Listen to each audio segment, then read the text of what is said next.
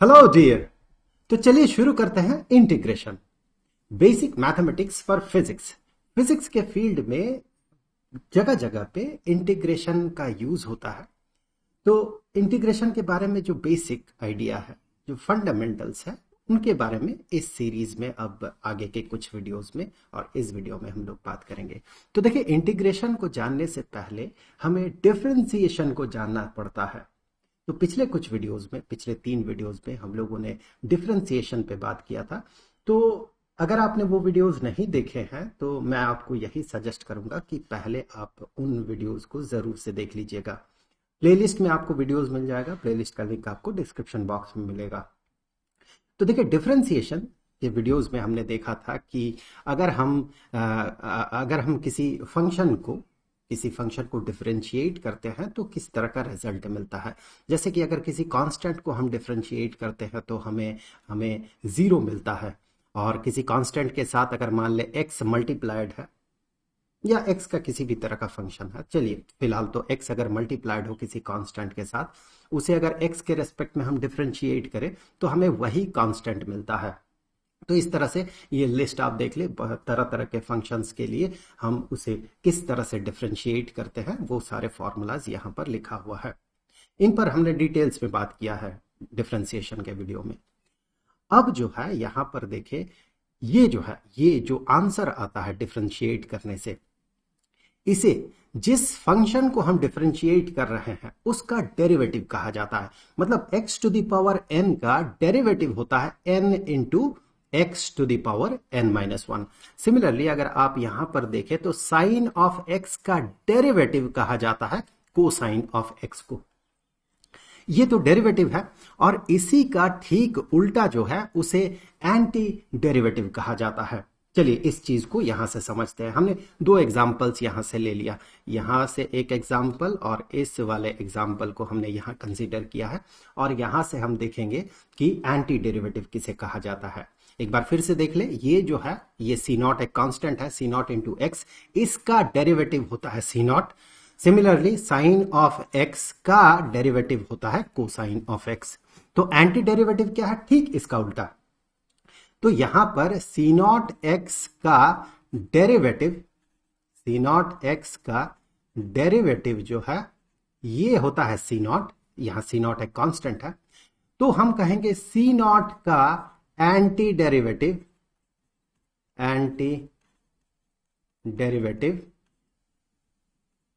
सी not का anti derivative होता है सी नॉट इंटू एक्स।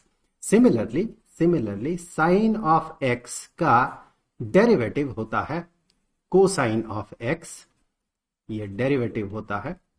और कोसाइन ऑफ एक्स का एंटी डेरिवेटिव होता है साइन ऑफ एक्स। तो एंटी डेरिवेटिव डेरिवेटिव का ठीक उल्टा है, नाम से भी आप समझ पा रहे हैं, एंटी मतलब उल्टा, एंटी डेरिवेटिव।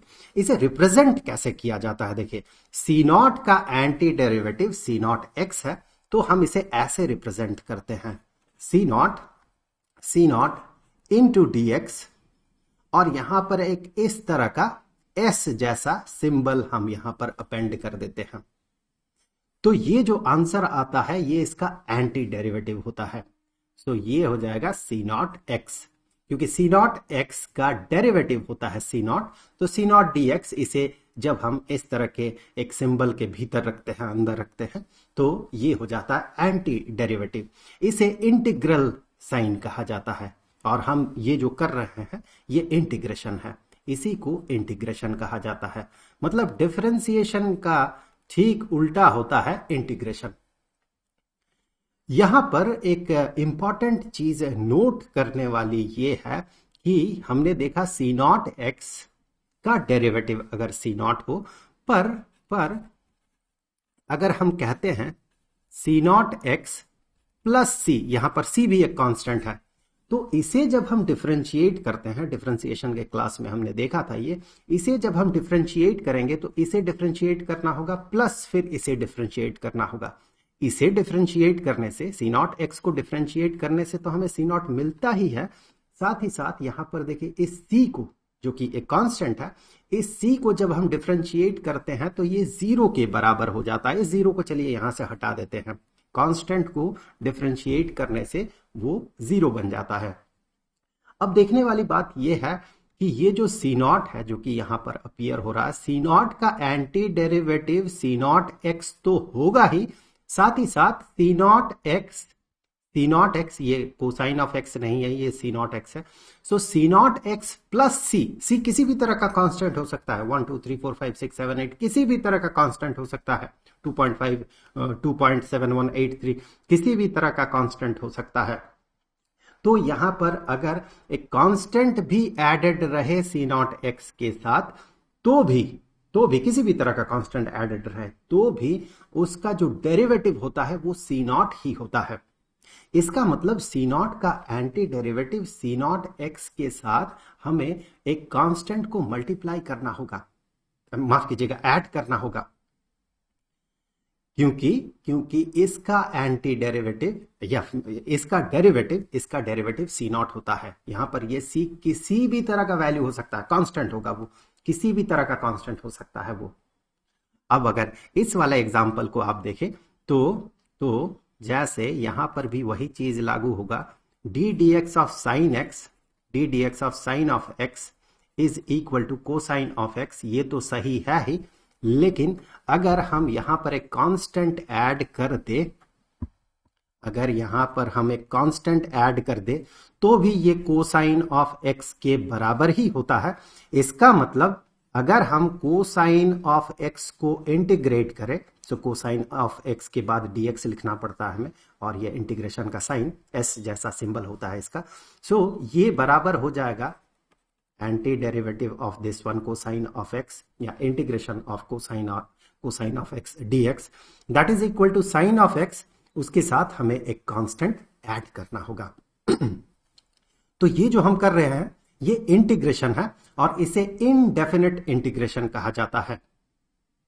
चलिए, डेफिनेट इंटीग्रेशन भी होता है, थोड़ी देर बाद आप समझ पाएंगे डेफिनेट इंटीग्रेशन क्या है, और उसी से आप समझ जाएंगे इसे इनडेफिनेट इंटीग्रेशन क्यों कहा जाता है। अब देखिए यहां पर ये जो कांस्टेंट हम ऐड कर रहे हैं जब हम एंटी डेरिवेटिव पता कर रहे हैं या इनडेफिनेट इंटीग्रेशन में, ये जो कांस्टेंट है इसका ग्राफिकल रिप्रेजेंटेशन एक बार देख लेते हैं। देखिए डिफरेंशिएशन जो है, डिफरेंशिएशन हमें क्या बताता है, लेट से सबसे पहले तो एक ग्राफ हमने यहां पर कंसीडर कर लिया। अब अगर हम इस ग्राफ के साथ तो कोई भी फंक्शन हो सकता है, ये किसी भी तरह का फंक्शन हो सकता है, लेट से ये है y is equal to x squared divided by 9।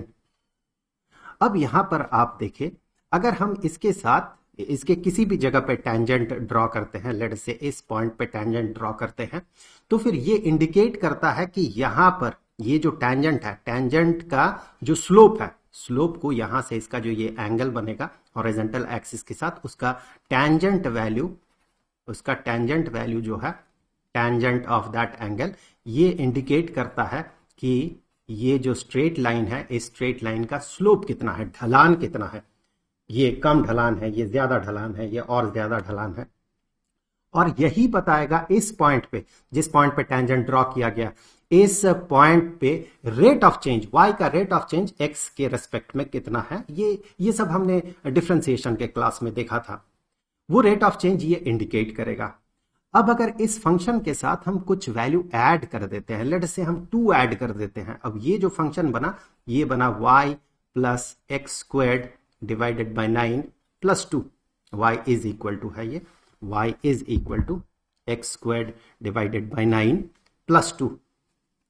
हमने 2 इसमें ऐड कर दिया, हर एक पॉइंट देखें 2 घर ऊपर चला गया, हर एक जगह पे देखें ये 2 घर ऊपर चला गया है, इस तरह से 2 पॉइंट ऊपर चला गया, हर एक जगह पे आपको वही मिलेगा कि y का वैल्यू 2 इंक्रीज कर गया है।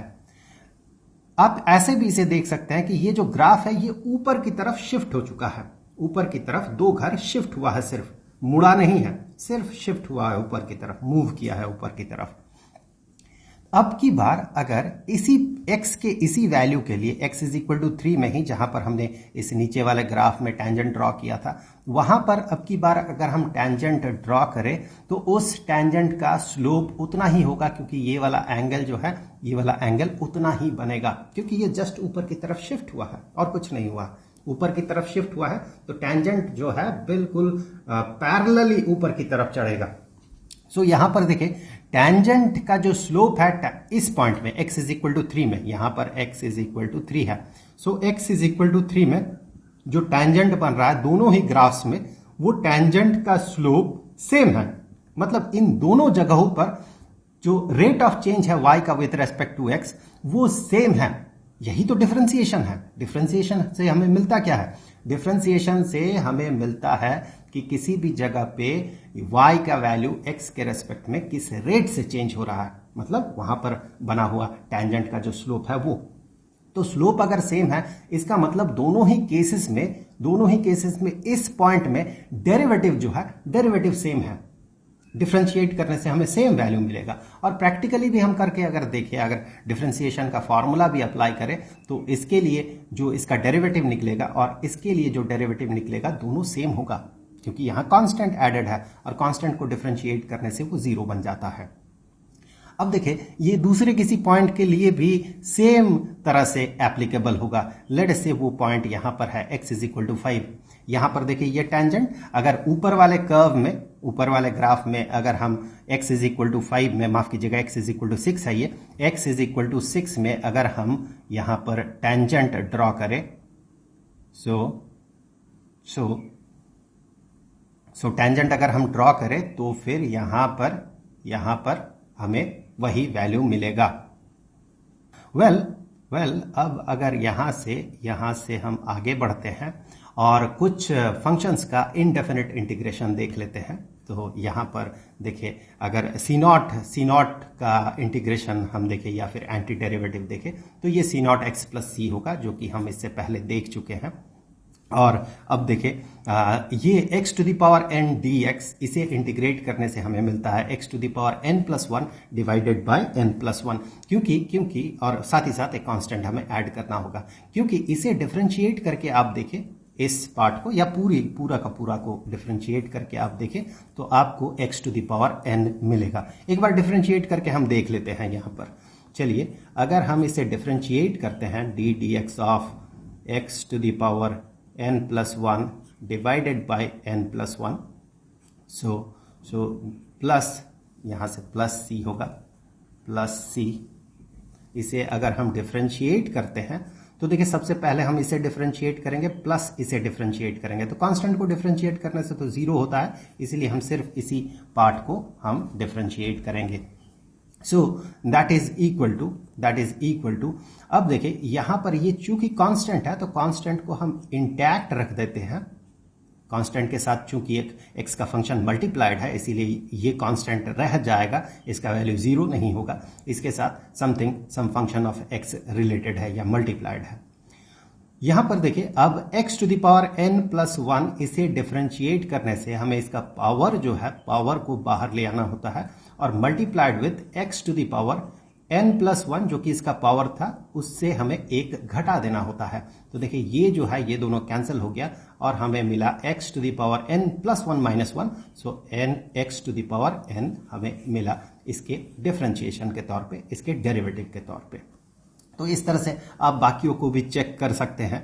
यहां पर जो है अगर मैं 5 नंबर वाले को देखूं, फिफ्थ जो रूल है या फिफ्थ इंटीग्रेशन है उसे अगर मैं देखूं तो अगर मैं इस पार्ट को डिफरेंशिएट करता हूं तो मुझे 1 डिवाइडेड बाय x मिलेगा। So d d x of natural logarithm of x plus c, तो हमें सिर्फ इस पार्ट को ही डिफरेंशिएट करना होगा, ये तो 0 के बराबर हो जाएगा। सो ये बन जाता है माफ कीजिएगा, ये बराबर हो जाता है नेचुरल लॉगरिथम ऑफ x का डेरिवेटिव हो जाता है 1 डिवाइडेड बाय x। इसका मतलब 1 डिवाइडेड बाय x dx, इसे इंटीग्रेट करने से हमें मिलेगा natural logarithm of x plus एक कांस्टेंट। वेल अब देखिए कुछ ट्रिगोनोमेट्रिक फंक्शंस का इनडेफिनिट इंटीग्रेशन देख लेते हैं। यहां पर साइन ऑफ x को अगर इंटीग्रेट करें, साइन ऑफ x dx को इंटीग्रेट करें तो हमें निगेटिव को साइन ऑफ x मिलता है और साथ ही साथ एक कांस्टेंट ऑफ इंटीग्रेशन ऐड करना होता है। वेल यहां पर आप देखिए अगर मैं D d x of negative cosine of x plus c इसे डिफरेंशिएट करूं तो इस पार्ट को आप इग्नोर कर दें, फिलहाल डिफरेंशिएट करने से तो 0 आ जाएगा ये। अब देखिए ये बराबर हो जाएगा, ये -1 हम कंसीडर कर सकते हैं, -1 multiplied with cosine of x, so उसे -1 एज कांस्टेंट इसे हम बाहर ले जा सकते हैं, इंटैक्ट रख सकते हैं इसे। और इसके साथ कोसाइन ऑफ एक्स का डेरिवेटिव, कोसाइन ऑफ एक्स को अगर डिफरेंशिएट किया जाता है तो हमें मिलता है नेगेटिव साइन ऑफ एक्स। इन सब के बारे में हम लोगों ने पिछले वीडियोज में बात किया था। अब -1 से अगर इसे मल्टीप्लाई किया जाए तो ये बन जाता है साइन ऑफ एक्स। तो देखिए साइन ऑफ एक्स को इंटीग्रेट अगर करें, साइन ऑफ एक्स dx को इंटीग्रेट करें तो हमें negative cosine of x plus c मिलेगा। अब यहां से एक और देख लेते हैं, इस वाले को देख लेते हैं कि कैसे ये natural logarithm of cosine of x plus c बनेगा।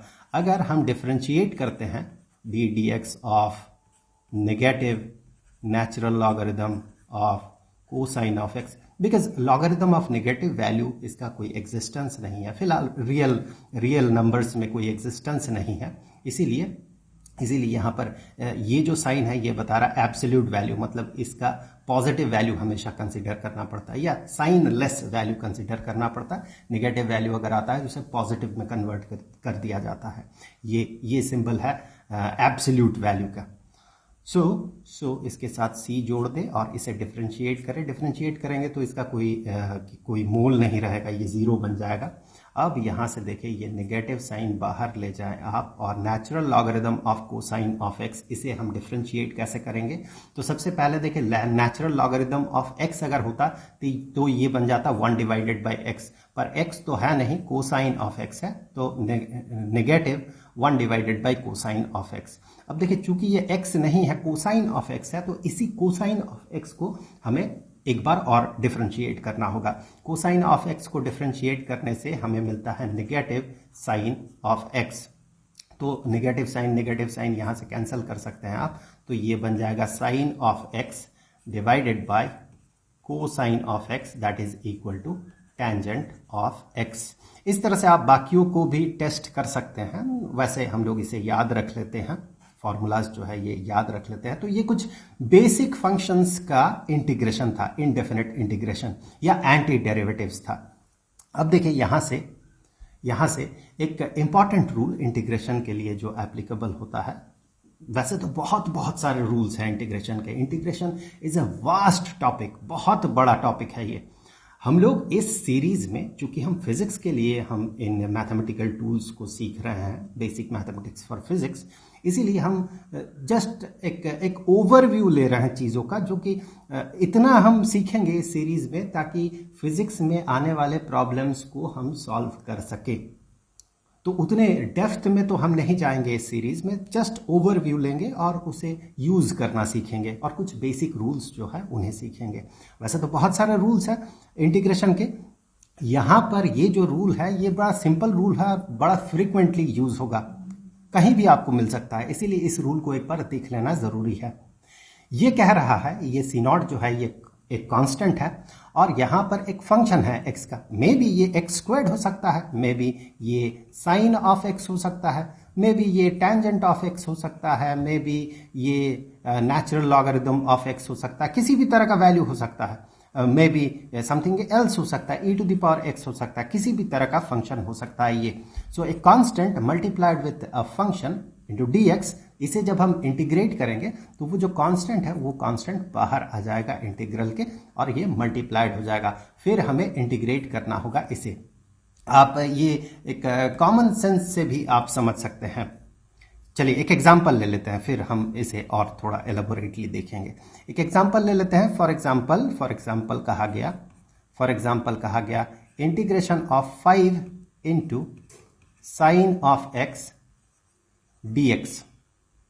तो इसे हम ऐसे लिख सकते हैं कि 5 into integration of sine of x dx। अब साइन ऑफ x dx इसे इंटीग्रेट करने से हमें मिलता है नेगेटिव कोसाइन ऑफ x और इसके साथ एक कांस्टेंट ऑफ इंटीग्रेशन हम ऐड कर देते हैं, पूरे टर्म के साथ एक कांस्टेंट एडेड हो जाता है क्योंकि ये इनडेफिनेट इंटीग्रेशन है। सो ये इसे आप ऐसे भी लिख सकते हैं negative 5 into cosine of x plus c। आप इसे ऐसे भी लिख सकते हैं। अब ऐसा क्यों होता है? क्योंकि आप देखें यहाँ पर आप देखें कि अगर मान ले हम डिफरेंशिएट कर रहे हैं इसे जब हम डिफरेंशिएट करेंगे तो क्या होता है? इसे जब हम डिफरेंशिएट करते हैं तो डिफरेंशिएट करते समय हम क्या करते हैं, इस पार्ट को अगर आप देखें तो डिफरेंशिएट करते समय हम क्या करते हैं, ये जो कांस्टेंट है इस कांस्टेंट को इंटैक्ट रखते हैं। जब हम इसे डिफरेंशिएट करेंगे D d x of -5 into cosine of x, तो ये जो कांस्टेंट है, आप नेगेटिव साइन को यहां भी रख सकते हैं, यहां से हटा के यहां रख सकते हैं, तो बेहतर समझ में आएगा। यहां तक कैसे पहुंच रहे हैं ये बेहतर समझ में आएगा। तो जब हम इसे डिफरेंशिएट करते हैं तो इस 5 को हम इंटैक्ट रखते हैं और यहां पर नेगेटिव कोसाइन ऑफ एक्स को डिफरेंशिएट करने से हमें साइन ऑफ एक्स मिलता है। चूंकि ऐसे केसेस में डिफरेंशिएट करते समय ये इंटैक्ट रह जाता है, इसीलिए इंटीग्रेट करते समय भी ये ज्यों का त्यों रह जाता है। अगर कोई कांस्टेंट एक फंक्शन के साथ मल्टीप्लाइड हो तो उसे हम इंटीग्रल के बाहर ले जाते हैं, इसे इंटीग्रल कहा जाता है। इस इंटीग्रल के बाहर ले जाते हैं और फिर हम जो फंक्शन है उस फंक्शन को हम इंटीग्रेट कर देते हैं। अब देखिए एक कर्व कितना एरिया कवर कर रहा है हॉरिजॉन्टल एक्सिस के साथ, इसके साथ इंटीग्रेशन का एक इंटर रिलेशन है, उसे हम इंटीग्रेशन से पता कर सकते हैं। For example there is a function, ये फंक्शन जो है 1 2 3 4 5 6, ये जो फंक्शन है दिस फंक्शन इंडिकेट्स, ये फंक्शन जो है ये x to the power x square divided by 9 है, y is equal to x square divided by 9। Well तो यहां पर आप देखें 1 2 3 4 5 6, हाँ यहां पर अभी आप देखें कि अगर कहा जाए कि इस जगह से x के इस जगह से लेकर x के इस पॉइंट तक, मतलब x इज इक्वल टू 3 से लेकर, ये a जो है x इज इक्वल टू 3 है और ये b जो है x इज इक्वल टू 6 है। x इज इक्वल टू 3 से लेकर x इज इक्वल टू 6 यहां तक ये वाला कर्व जो है, ये वाला ग्राफ जो है y is equal to x square divided by 9, ये वाला ग्राफ जो है, ये ग्राफ कितना एरिया सबटेंड कर रहा है हॉरिजॉन्टल एक्सिस के साथ, x एक्सिस के साथ, तो वो इतना एरिया कवर कर रहा है। अब ये जो एरिया है इस एरिया को हम पता करते हैं इंटीग्रेशन से। उसके लिए हमें करना क्या होता है, हमें y का ये जो फंक्शन है इस फंक्शन को, या x का जो ये फंक्शन है y is equal to x square divided by 9, इसे इंटीग्रेट कर देना होता है। सो यहां पर हम y को इंटीग्रेट कर देते हैं, y is equal to x square divided by 9, इसे हम इंटीग्रेट कर देते हैं। और यहां पर ध्यान देने वाली बात यह है कि यहां पर रेंज एक दिया हुआ है, कहां से कहां तक, x का वैल्यू 3 से लेकर x का वैल्यू 6 तक। सो x इज इक्वल टू 3 से लेकर x इज इक्वल टू 6 तक, यहां तक हमें इंटीग्रेट करना पड़ता है। अभी इसका मतलब समझ में आ जाएगा। वेल तो दैट इज इक्वल टू, आप इसे ऐसे भी लिख सकते हैं, अगर y की जगह हम एक्स स्क्वायर डिवाइडेड बाई 9 लिखें और ये dx, वैसे चूंकि x के रेस्पेक्ट में इंटीग्रेशन हो रहा है तो यहां पर x इज इक्वल टू लिखने की जरूरत नहीं पड़ती है, हम यहां से ऐसे भी लिख सकते हैं। मतलब x का वैल्यू 3 से लेकर 6 तक होगा, उस रेंज में ये कितना एरिया सबटेंड करेगा, ये जो ग्राफ है ये कितना एरिया सबटेंड करेगा x एक्सिस के साथ, ये बताता है ये। तो इसे सॉल्व कैसे किया जाता है, इसके लिए देखिए हमें सबसे पहले इसे इंटीग्रेट करना होता है। इसे इंटीग्रेट करने से देखिए 1 डिवाइडेड बाई 9 को हम इंटैक्ट बाहर ले जा सकते हैं क्योंकि ये कांस्टेंट है, और एक्स स्क्वायर्ड dx इसे हम इंटीग्रेट करेंगे। तो एक्स स्क्वायर्ड dx को अगर इंटीग्रेट करें तो हमें मिलेगा x टू द पावर एक इंक्रीज कर दे यहां पर 2+1, और यहां पर डिवाइडेड बाय 2+1, ये जो x का पावर है वही 2+1 और डिवाइडेड बाय 2+1। यहां पर हम इस तरह से फिर यही जो रेंज है 3 to 6, यहां 3 to 6 यहां पर लिख देते हैं। देखिए यहां पर हम कांस्टेंट नहीं लिखते हैं, डेफिनेट इंटीग्रेशन में कांस्टेंट एडेड नहीं होता है। उसका रीजन यही है, अभी आपको समझ में आ जाएगा उसका रीजन क्या है।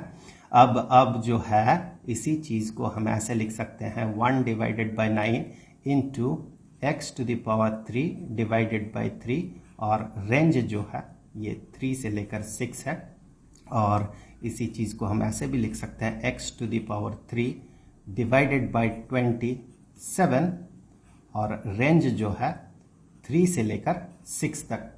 अब हमें करना ये होता है, वैसे तो ये पार्ट जो है, ये पार्ट इनडेफिनेट इंटीग्रेशन ही है, सिर्फ इसके साथ अगर आप सी ऐड कर दे तो वो इनडेफिनेट इंटीग्रेशन हो जाएगा। तो यहां पर अब हमें क्या करना पड़ता है डेफिनेट इंटीग्रेशन में, सबसे पहले अपर लिमिट x का जो वैल्यू है वो x के जगह पर पुट करना पड़ता है, मतलब 6⁻³ डिवाइडेड बाय 27 माइनस सब्ट्रैक्ट करना होता है।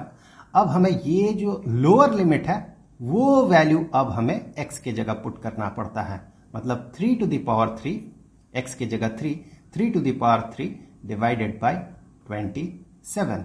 सो इसे जब हम कैलकुलेट करते हैं तो हमें मिलता है, इसे कैलकुलेट अगर करें, कैलकुलेट करके देख लें, 6 है तो ये 8 हो जाएगा, 8 minus 1 that is equal to 7। तो ये जो एरिया होगा ये एरिया हो जाएगा 7 यूनिट का।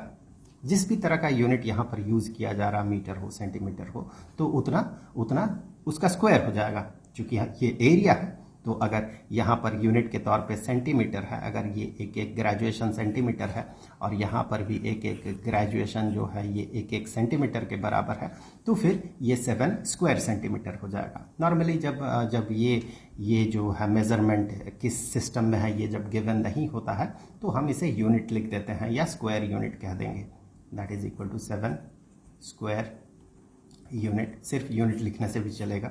सो 7 यूनिट का हो जाएगा यहाँ पर इसका एरिया। सो ये जो है ये अपर लिमिट और लोअर लिमिट डालने के बाद उसका वैल्यू जो है फाइनल एक्सप्रेशन के जो x है वहाँ पर इंसर्ट करने के बाद जो वैल्यू आता है इसे डेफिनेट इंटीग्रेशन कहा जाता है। देखिए यहाँ पर कांस्टेंट हम ऐड क्यों नहीं करते हैं, क्योंकि अगर मान ले यहाँ पर हम कांस्टेंट ऐड करते भी, कोई भी कांस्टेंट, यहाँ पर कांस्टेंट ऐडेड हुआ, यहाँ पर कांस्टेंट ऐडेड हुआ, वो कांस्टेंट कैंसिल हो जाएगा, क्योंकि यहाँ पर वो कांस्टेंट ऐडेड होगा और यहाँ पर चूंकि हम सेकेंड टर्म में इसे सब्ट्रैक्ट कर रहे हैं तो वही कांस्टेंट सब्ट्रैक्टेड हो जाएगा और ये कांस्टेंट जो है ये कैंसिल हो जाएगा। इसीलिए इस तरह के सिचुएशन में डेफिनेट इंटीग्रेशन में कांस्टेंट हम ऐड नहीं करते हैं, कांस्टेंट ऐड करने की जरूरत नहीं पड़ती है। अब कुछ रियल लाइफ फिजिक्स के एग्जाम्पल हो जाए, जैसे कि हमें पता है कि वेलोसिटी टाइम ग्राफ जो एरिया कवर करता है टाइम एक्सिस के साथ, वो हमें डिस्प्लेसमेंट देता है। फॉर एग्जाम्पल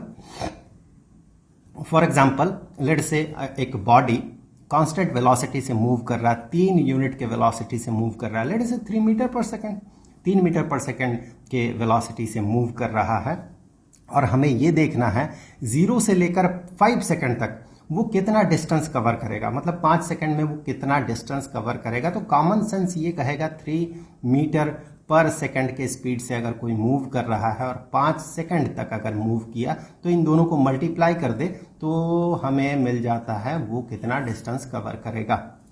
सो एक दूसरे तरीके से वेलोसिटी टाइम ग्राफ जो एरिया कवर करता है टाइम एक्सिस के साथ, वो एरिया डिस्प्लेसमेंट के बराबर होता है। तो इस लॉजिक से भी देखा जाए तो यहाँ ये जो एरिया कवर कर रहा है 0 to 5 सेकंड तक, ये जो एरिया कवर कर रहा है, तो यहाँ पर जो रेक्टेंगल बन रहा है उसका भी एरिया आप देखें तो उसका भी एरिया हो जाएगा 3 × 5 = 15 इतना यूनिट का। और चूंकि हमने एग्जाम्पल यहाँ पर लिया था कि वेलोसिटी को मीटर पर सेकंड में और टाइम को सेकंड में मेजर किया जा रहा, तो यही मीटर पर सेकंड और 3 के साथ मीटर पर सेकंड और 5 के साथ सेकंड मल्टीप्लाई करेंगे तो हमें यहाँ पर 15 यूनिट के तौर पे मीटर मिलेगा। ये अगर स्ट्रेट लाइन हो, मतलब कांस्टेंट वेलोसिटी हो, तो इस तरह से हम इसे कैलकुलेट कर सकते हैं। अगर वेलोसिटी कांस्टेंट ना हो बल्कि कॉन्स्टेंटली चेंज कर रहा हो, सेम रेट से चेंज कर रहा हो, जिससे कि हमें एक स्ट्रेट लाइन मिलता है, इन सब के बारे में हमने स्टैंडर्ड 9th में बात किया था, हम स्टैंडर्ड 9th में ये सब पढ़ते हैं। अगर ये कांस्टेंट रेट से चेंज करे तो वेलोसिटी टाइम ग्राफ में हमें एक स्ट्रेट लाइन मिलता है, लेकिन वो स्ट्रेट लाइन हॉरिजॉन्टल लाइन नहीं होता बल्कि एक स्लैंट लाइन होता है। यहाँ पर भी अगर कहा जाए 0 to 5 सेकंड में, 0 to 5 नहीं है ये 1 2 3 4, हाँ 0 to 5 सेकंड में अगर हमें पता करना हो कि ये कितना डिस्टेंस कवर किया है या इसका डिस्प्लेसमेंट कितना हुआ है, तो ये जो ट्राइंगल है इस ट्राइंगल का एरिया हम कैलकुलेट कर लेते हैं। आप ट्राइंगल का एरिया कैलकुलेट करके देख ले, इसका बेस है 5 और इसका हाइट है 4, तो आसानी से हम इसे कैलकुलेट कर सकते हैं, तो वो हमें डिस्प्लेसमेंट देगा।